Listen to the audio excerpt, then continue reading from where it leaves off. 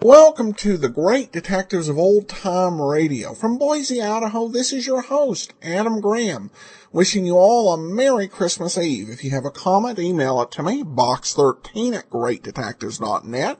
Follow us on Twitter at Radio Detectives and become one of our friends on Facebook, facebook.com/Radio Detectives. Well, today's episode is brought to you by the financial support of our listeners. Thanks so much for your support. And now we're going to bring you a new Frank Race. Paul Dubov took over the role after the first 22 episodes for the final 21. This was actually somewhat unusual for Dubov. Dubov spent most of his career playing character roles. And I was kind of struck by that because I select extras that we upload for the premium site and our app. That there were so many roles where he was playing just a background character, and I only was able to find one or two where he was actually playing a lead role. So incredible career over radio, and then moving into television. This was not an uncommon occurrence for the company that produced Frank Race for syndication. Bruce Ells did this for Broadcasters Program Syndicate, and they also did a Western series called Frontier Town. And halfway into that series, they also changed lead actors, moving from Jeff Chandler to Reed Hadley. Occasionally, they're accused of starting with one actor and downgrading to another. Not really the case. I wouldn't say Paul Dubov was a downgrade. And at the time that Frontier Town was made, Jeff Chandler was a relative newcomer, while Reed Hadley had been an active part of the Hollywood community for several years. Well, with all that said, let's go ahead and take a listen to today's adventure of Frank Race, The Adventure of the Green Doubloon. The Adventures of Frank Race, starring Paul Dubov.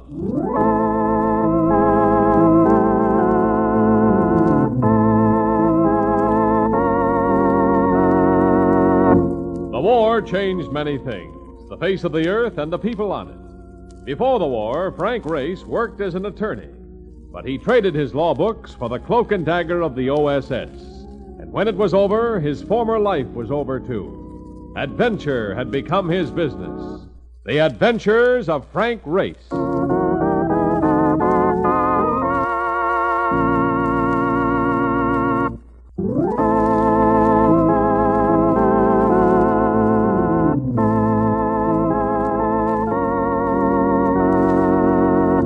Now we join Frank Race for the adventure of the Green Doubloon.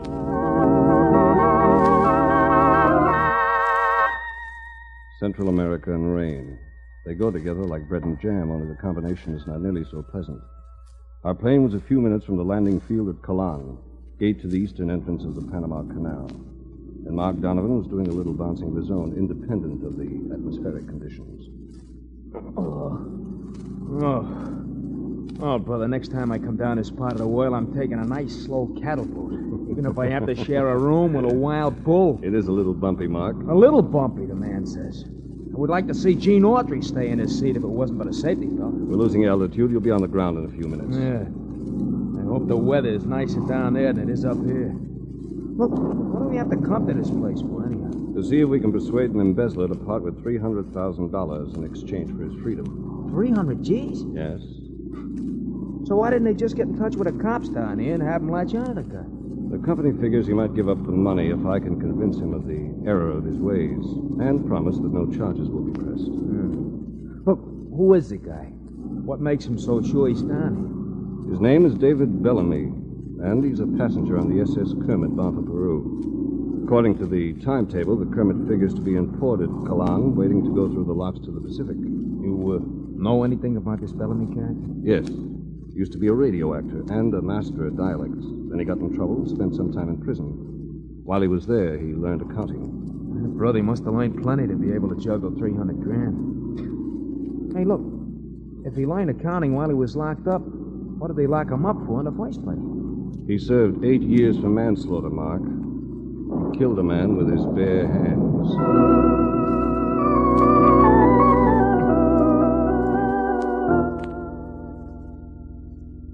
If you're a kid addicted to the making of mud pies, then Kalan in the rain will appeal to you.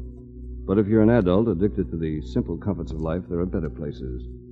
However, the weather wasn't the only unpleasant feature about Kalan. There was an additional unpleasant touch, supplied by the Office of the Port Authority. I'm sorry, Mr. Race, but your friend, Mr. Bellamy, isn't aboard the Kermit. He was when she made port this morning, but he seems to have disappeared. I see. Thanks. Of course, the ship has just started through the locks. He may catch up along the way. Passengers do miss connections sometimes. It's not unusual. Yeah. Maybe he went on a bender in town and he'll turn up later. We can go on a ship and wait for him. No, he won't be turning up later. Come on, Mark.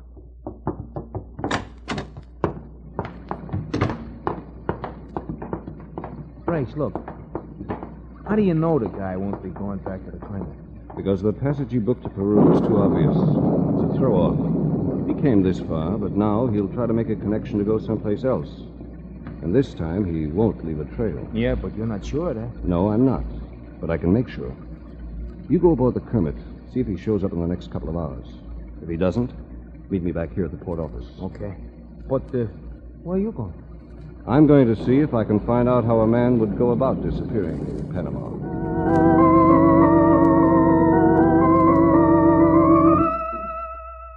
I knew that Bellamy wasn't going to be easy to find. Away from the ship, he was going to have another name.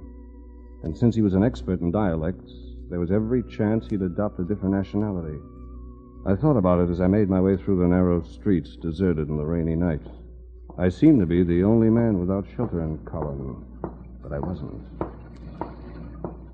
Do you have a match, senor? Huh? Oh, I didn't see you. Yes, I have a match. But I doubt if you can get a light in the rain. I like the rain, senor. I always get what I want in the rain. People are so nice. They never refuse Diego. That isn't a cigarette in your hand. No, senor, no. That's a gun. Step into the doorway. How can I refuse? Now, if the senor has any valuable he wishes to contribute to Diego's welfare fund, Diego will be most grateful. I only have a little cash, but this wristwatch is worth a sizable sum. Yes, that's going to be fine. He bent his head slightly to look at the watch, and his gun hand dipped automatically. We were in tight quarters in the doorway. I brought my hands up to undo the watch strap, stepped quickly to the side, and let Diego have a left in the solar plexus. Now, drop it! Si, senor. If you insist. That's better.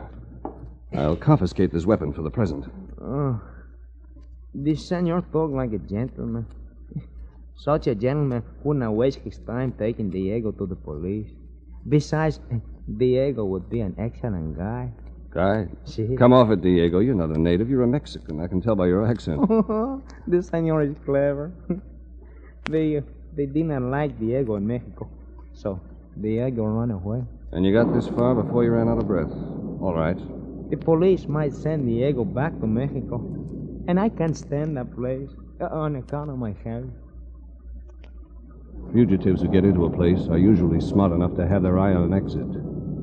Turning Diego over to the Panama authorities might take him off the streets, but it wouldn't bring me closer to Bellamy. I had a hunch, and I played it. Senor, I would do anything to avoid the police. I'm not turning you in. I can't afford it. This senor has a dislike for men in uniforms. Let's say the police would rather find me than you. I've got to get out of here, Diego, and I've got to do it without a passport. Maybe you know a way. From Colón? Oh, no, senor. Too many American officers. There must be someplace. Si.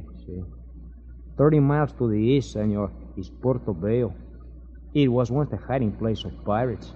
In Puerto Bello is a cafe called the Green Doubloon. The Green Doubloon? Si. And the proprietor is Senor Kamamoto, the Japanese. He is very good at making people disappear, senor.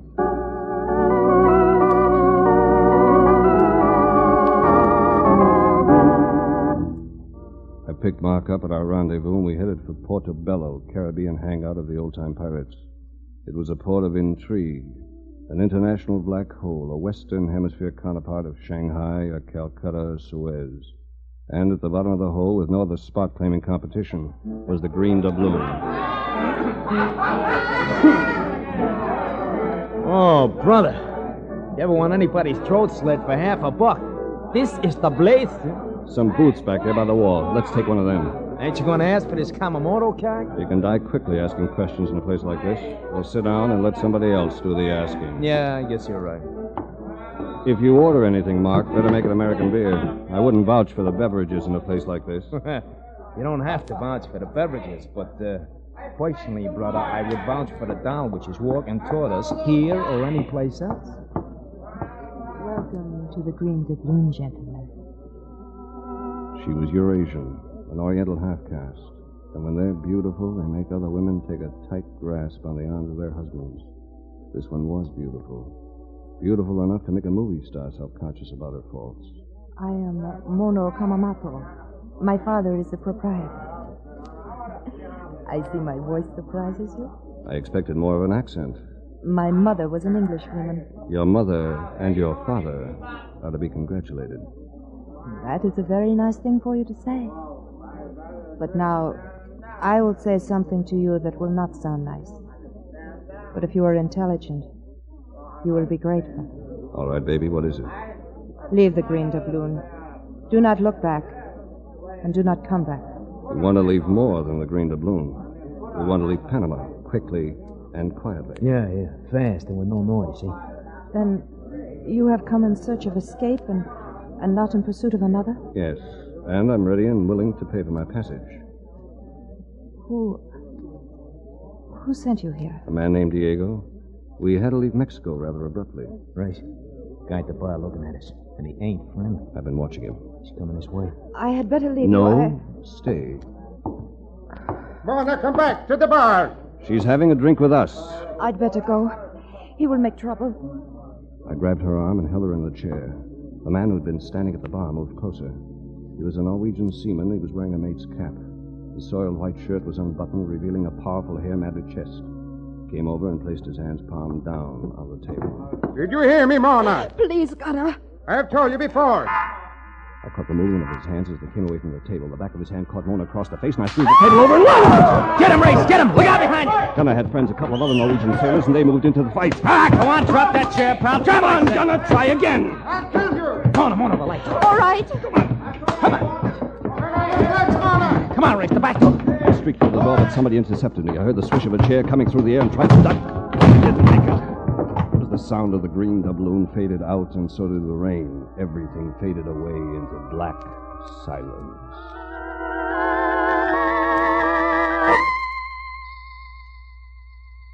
I came to in a storeroom, lighted by a feeble candle. Mark was trussed up in a corner, still unconscious. Two men were seated on a couple of small barrels. One of them was a Japanese. You did considerable damage to my place of business, Mr. Race. How did you know my name? From your American driver's license. This is Mr. Harrow. Oh. Hello. Hello, Race. Harrow was wearing a white suit and a Panama hat, and neither of them had been improved by the climate. On the small finger of his left hand, however, was a blue-white diamond which demanded recognition in any climate. I see you're admiring my ring, Race. It was a gift from a passenger. The passenger? My daughter tells me you are anxious to leave Panama. Mr. Harrow has accommodations for people who find our company boring. I haven't exactly been bored, Mr. Kamamoto. But if Harrow can get us out of here, I'm ready to leave. My yacht, the Chaucer, is in the harbor. We'll sail at 4 a.m. I don't imagine you have a passport. If I had a passport, I'd be sailing from Ceylon. Where's your next port of call? It's sort of unscheduled, Mr. Race. You'll be dropped off someplace in South America. Venezuela, perhaps, or the Guyana. Will there be other passengers? One other. In addition to you and your friend. Speaking of me and my friend, would you mind untying us? Oh, I'm afraid that isn't quite possible. You see, I'm a stickler for procedure, Mr. Reyes. And tying up the passengers is part of the procedure. Yes.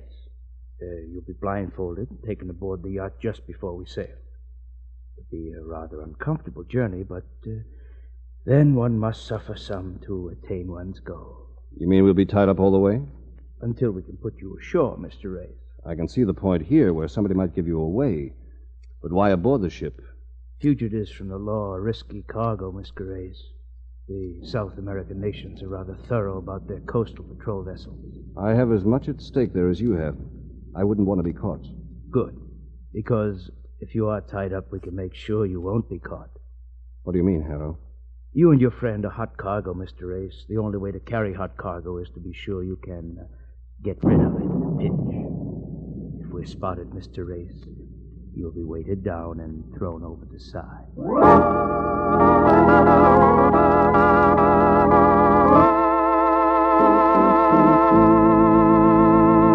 We'll return to the adventures of Frank Reyes in just about 1 minute.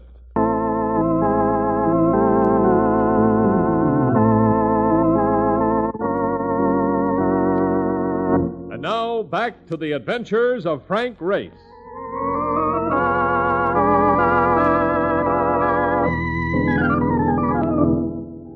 The sea voyage with weights around your ankles is no vacation at all, especially when you can't change your mind and go to the mountains instead. Even if David Bellamy and his embezzled $300,000 were on board, chances of getting the money were slim, and chances of leaving the vessel alive seemed even slimmer. It was something to think about in the darkened hold as the yacht Chaucer pitched and rolled her way into the open sea. Oh, brother. That you, Mark? Reyes? Yeah. Yeah, it's me, I think. Hey, what's going on? An earthquake or something? We're on board a yacht. A kind gentleman is smuggling us into South America. Oh. Brother, right now I would sign away my Social Security to be smuggled into the Brooklyn Navy yacht. Hey, wait a minute. Something's wrong with me, Reyes. I can't move. You're tied up. So come and untie me. I happen to be in the same boat, Marcus, if you'll pardon the pun. Roll around and see if you can work the ropes against something with an edge. All right. No good, Reyes. Tied to some kind of pipe. What was that? What's the matter? Something bounced off my head. It was alive. A rat, probably. The hole is full of them. But for this, I give up driving a nice, comfortable cab with not even a mouse in it. Hey, a light up there. Somebody coming down. Keep quiet. Reyes, Mona, what are you doing aboard? I often sail on the Chaucer. My father owned it before Mr. Harrow. I've come to help you. You can start by cutting these ropes. Do you have a knife? No, but I can go and get one. Too risky. There's a very small penknife on the keychain in my pocket. Yes. Yes, I have it. Be still now. Is there another passenger on the ship? Yes, in the captain's cabin. Traveling first class. Think it's Bellamy, Reyes? Better be Bellamy. How many in the crew, Mona? 4, including Gunner. Good. I want to see that boy again. Oh, Reyes, be careful. He wants to kill you. And this time he has a gun. All of the crew are armed. There. Now your hands are free. Now you get to work on Mark. I'll untie the leg ropes. All right. I'm going up on deck, Mark. If I can, I'll make the captain's cabin. All right. What do you want I should do when I get loose? See if you can separate one of the crew from a gun and meet me there.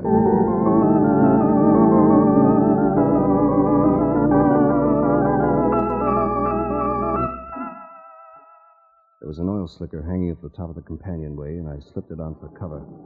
The crew on deck was too busy to be counting noses in the storm. I hugged the rail until I got to the captain's cabin, then I caught the door handle and crashed in. Hello, senor. Diego. Senor is surprised that Diego has enough money for an ocean voyage. You see, after you left me, I ran into another man with no wristwatch and much money. He was loaded.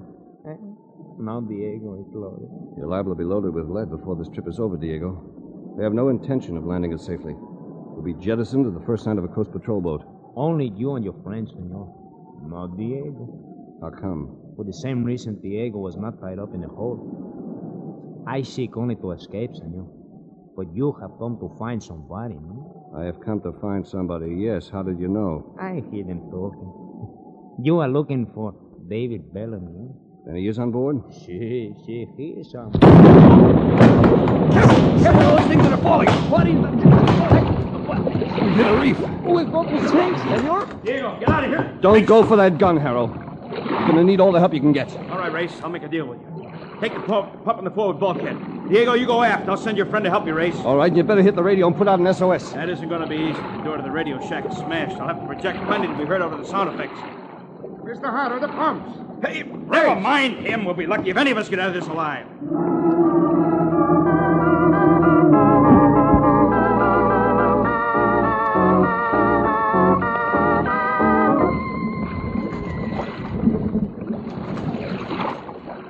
Oh, brother. The hands are blistered in this pump race. It won't be for much longer. Look up ahead. Hey, that's land, ain't it? It's a small island. There's a patch of clear sky. He's heading her into the lagoon. Oh, brother, safe at last. That's the misstatement of the year. Once we hit the calm in that lagoon, that's when the trouble starts. I mean, that's when I'm going to start blasting. We'll have outlived our usefulness.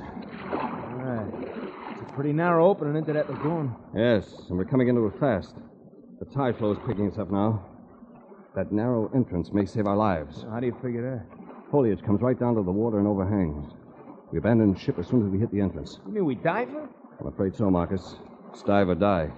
We'll have a better chance if we can get our feet on land. Oh, brother, we're really riding this tide now. Mm-hmm. This tub feels like a surfboard. All right, boy. Here it comes.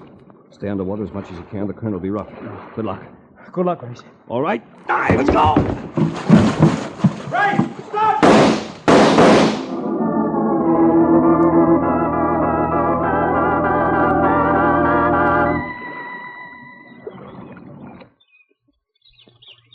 Oh. Come out of it, Mark. Come out of it.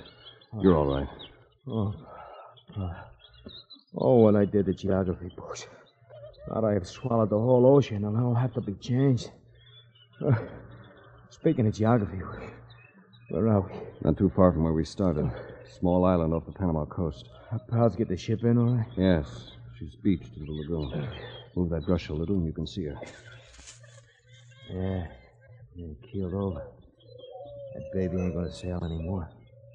But where is everybody? I'm afraid they're beating the brush looking for us. They spotted us when I dragged you ashore. This island ain't very big, Race. One of them's liable to yell bingo any minute. Duck! What's the matter? It's Kamamoto. In the tree on the other side of the lagoon. I didn't even know he was on board. He is? No. We better stay low until he comes down. See anything, Kamamoto? Nothing. I'm here. How about you, Gunner? All clear on this side, right down to the beach. They must be on the other side of the lagoon. Find your men now. Beat every inch of that ground. All right, Mark. They'll be coming, and there's no way we can avoid them. We better get busy while we can. While they're coming around. What are we gonna do? Ever hear of a Malay man trap? No. What is it, a dame in a sarong? Just as effective. We gotta get back into those saplings and pull down some of the vines. We take 2 of the saplings strong enough to require your weight and mine to bend them. Then we stake them to the ground and make a noose from the vines. You kidding? Well, guns or no guns, I'd rather fight them guys and hang myself. If this works, we'll have at least one gun to fight with. You stay under cover. When we get the trap rigged, I'll stake myself out as bait on the other side. Now, as soon as one of them steps into the noose on the ground, release the vine holding the sapling, we'll have ourselves a gun and 1 man less to contend with. Oh, I get it. Sure. The trees go up and the guy goes up with them, huh? Like a piece of dust in a Hoover vacuum cleaner. Come on, we haven't got much time.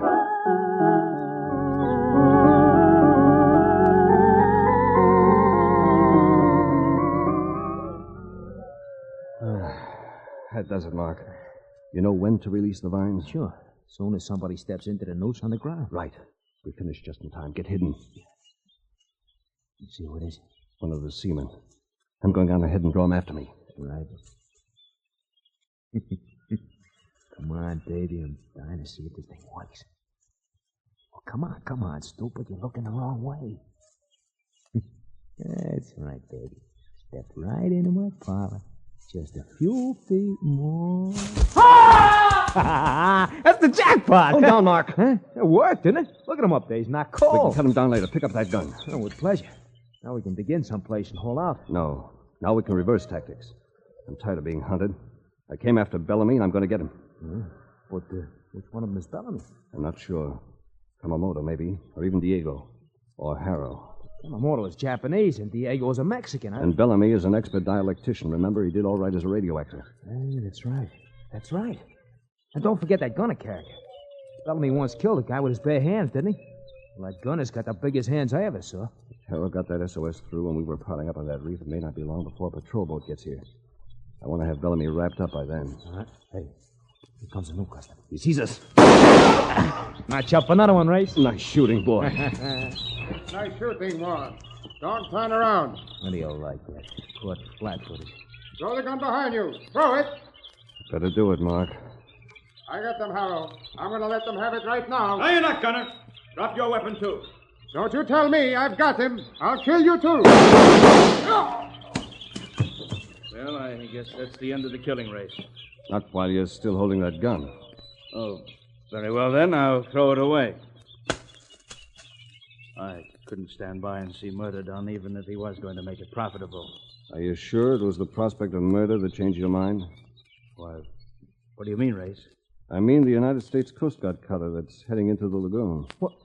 Well, what do you know it is? Yes. Oh, brother, look at that beautiful flag. Why, I didn't even see it. Excuse me, Race. I'm going down and throw flowers at those guys.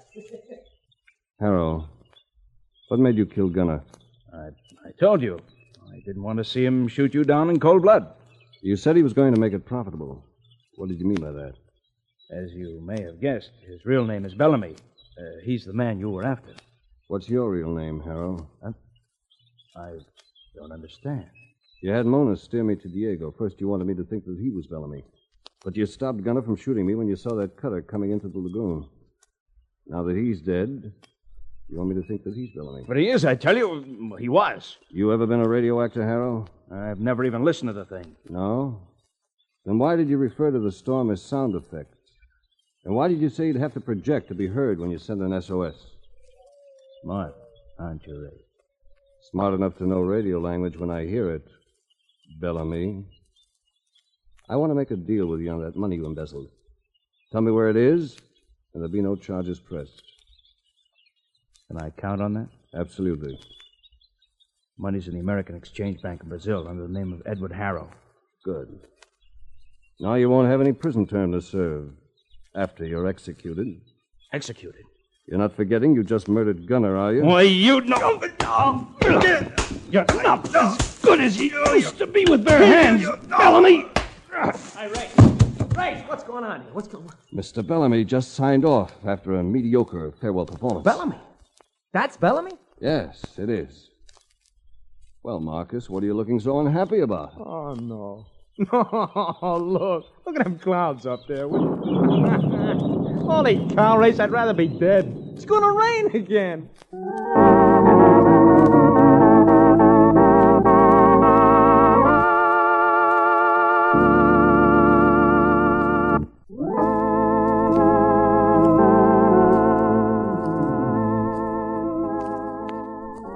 The Adventures of Frank Race, starring Paul Dubov, with Tony Barrett as Mark Donovan, comes to you from Hollywood. Others heard in tonight's cast were Herb Butterfield, Jack Crucian, Michael Ann Barrett, and Gunnar Peterson. This series is written and directed by Buckley Angel and Joel Murcott. The music is composed and played by Ivan Ditmars. Be sure to be with us again this same time next week for another dramatic chapter in the Adventures of Frank Race. Art Gilmore speaking. This is a Bruce Ells production.